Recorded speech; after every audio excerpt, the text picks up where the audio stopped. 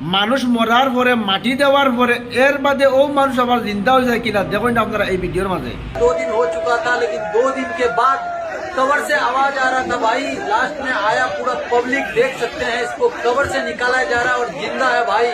अल्लाह का करिश्मा देख सकते हैं दोस्तों, ये रियल है, बंगाल का है दोस्तों। आपको लोग बोलेगा फेक है, ये आई वाला वीडियो है, तो ऐसा कुछ नहीं है मेरे दोस्त, ये मेरे अल्लाह का कुदरत है।